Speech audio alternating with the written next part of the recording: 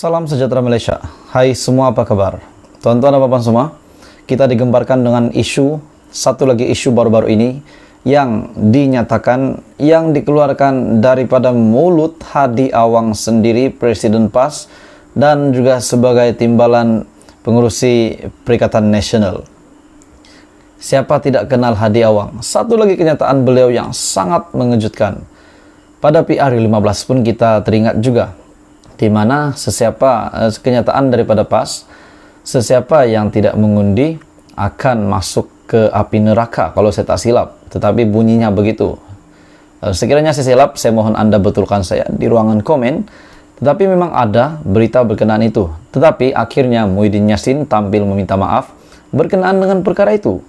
Dan hari ini pula, setelah PR15, Hadi Awang sendiri membuat satu kenyataan berkenaan dengan dosa jemaah haji.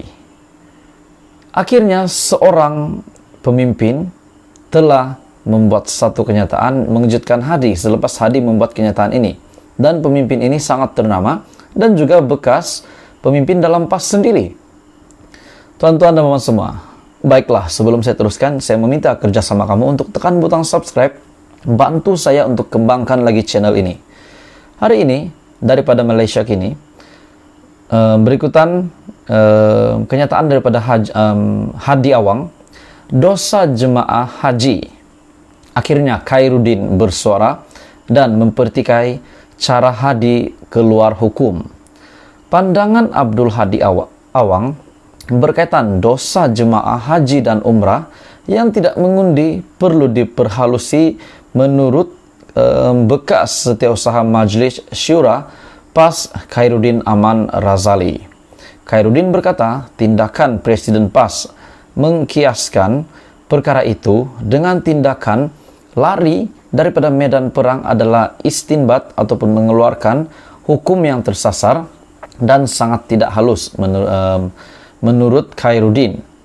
Apakah ia bermaksud mereka yang tidak mengundi dalam PRU yang lalu adalah berdosa besar dan lebih jauh lagi mengundi parti lain sehinggalah terbentuk kerajaan baru sekarang di peringkat persekutuan, bermaksud kuasa Islam telah jatuh, atau dengan maksud hanya mengundi parti tertentu saja barulah dikira mengundi untuk kuasa Islam, soalnya bekas pensyarah pengajian Islam itu.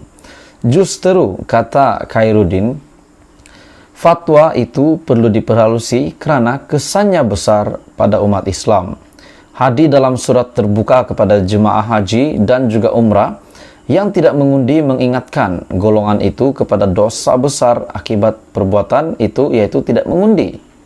Dakwanya ketika 98% bukan Islam dari seluruh pelosok dunia dikerah pula menyokong DAP, hanya 60% orang Islam keluar mengundi walaupun alasannya kerana haji dan umrah. Hadi berkata mereka dibimbangi melakukan dosa besar kerana melanggar perintah Tuhan dan mengkiaskan perkara itu dengan hadis yang bermaksud berundur ketika musuh marah menentang Islam. Tidak jelas bagaimana Hadi memperoleh angka peratusan yang disebutnya itu. Dia juga tidak menghuraikan lanjut dalam tulisan panjang lebarnya. Khairuddin keluar daripada PAS pada Mac tahun ini dan kira-kira sebulan selepas dipecat sebagai setiausaha Majlis Syura itu.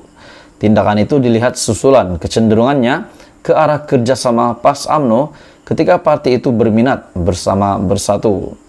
Dia juga bertanding untuk mempertahankan kerusinya di Kuala Nerus sebagai calon BN tetapi gagal. Oke, jadi bekas pemimpin PAS yaitu Khairuddin telah memberi respon yang sangat mengejutkan kepada Hadi Awang berkenaan dengan dosa jemaah haji, ataupun kenyataan ataupun pandangan daripada Hadi Awang berkaitan dosa jemaah haji dan umrah yang tidak mengundi perlu diperhalusi, kata bekas setiausaha Majlis Syura PAS yaitu Khairuddin Aman Razali. Jadi tuan-tuan dan puan semua, adakah Anda juga bersetuju? Kita berharap semoga semuanya dipermudahkan. Teruskan bersama di dalam channel ini untuk perkembangan politik di Malaysia. Salam sejahtera Malaysia. Tuan-tuan dan puan semua, satu perkara menarik yang saya nak kongsi dengan kamu hari ini. Tuan-tuan dan puan semua, kepada seluruh rakyat Malaysia yang menonton video hari ini, Adakah Muhyiddin patut meletakkan jawatan beliau? Tuan-tuan dan bapak semua, saya ada membuat kajian sebelum ini di dalam channel ini, di mana saya bertanya setelah Datuk Seri Anwar Ibrahim yang telah menang undi usul percaya di Parlimen, di Dewan Rakyat, setelah beliau telah mendapat majoriti lebih daripada 2/3, adakah Muhyiddin akan meletakkan jawatan? Dan mengejutkan tuan-tuan dan puan-puan semua, di dalam kajian saya ini banyak yang menyokong Muhyiddin untuk meletakkan jawatan. Jadi saya berpikir, adakah patut Muhyiddin meletakkan jawatan? Hari ini satu lagi berita yang mengejutkan, di mana saya boleh kata ini juga mungkin adalah pemecatan kepada Muhyiddin Yassin. Dan berita buruk untuk Muhyiddin Yassin mungkin menyakitkan hati beliau juga, dan juga kepada penyokong-penyokong Muhyiddin Yassin. Tapi sebelum saya meneruskan info menarik hari ini, isu hangat pada hari ini, saya meminta jasa baik kamu untuk membantu channel ini, kembangkan lagi channel ini dengan tekan butang subscribe, like, dan juga share video ini. Hari ini rasmi diumumkan oleh Perdana Menteri satu lagi kejutan besar untuk Perikatan Nasional, untuk pemimpin-pemimpin di dalam Perikatan Nasional.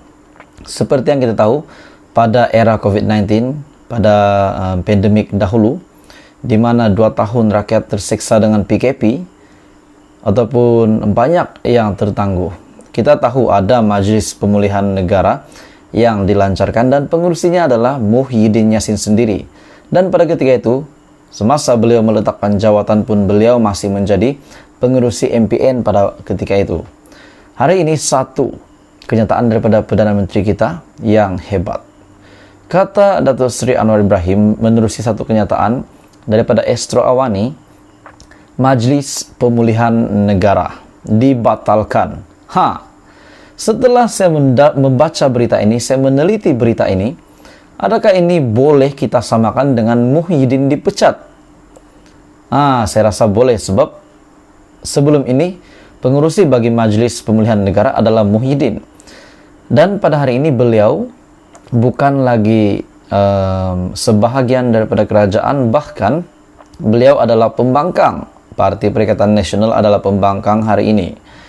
Majlis Pemulihan Negara dibatalkan. Kenyataan daripada Perdana Menteri. MPN yang dipengerusikan bekas Perdana Menteri Tan Sri Muhyiddin Yassin telah ditamatkan, kata Datuk Seri Anwar Ibrahim. Dan menurut Perdana Menteri, kerajaan tidak memerlukan lagi khidmat majlis itu kerana fungsinya bertindih dengan fungsi agensi dan badan kerajaan yang selain mengakibatkan lebihan kos yang terpaksa ditanggung kerajaan.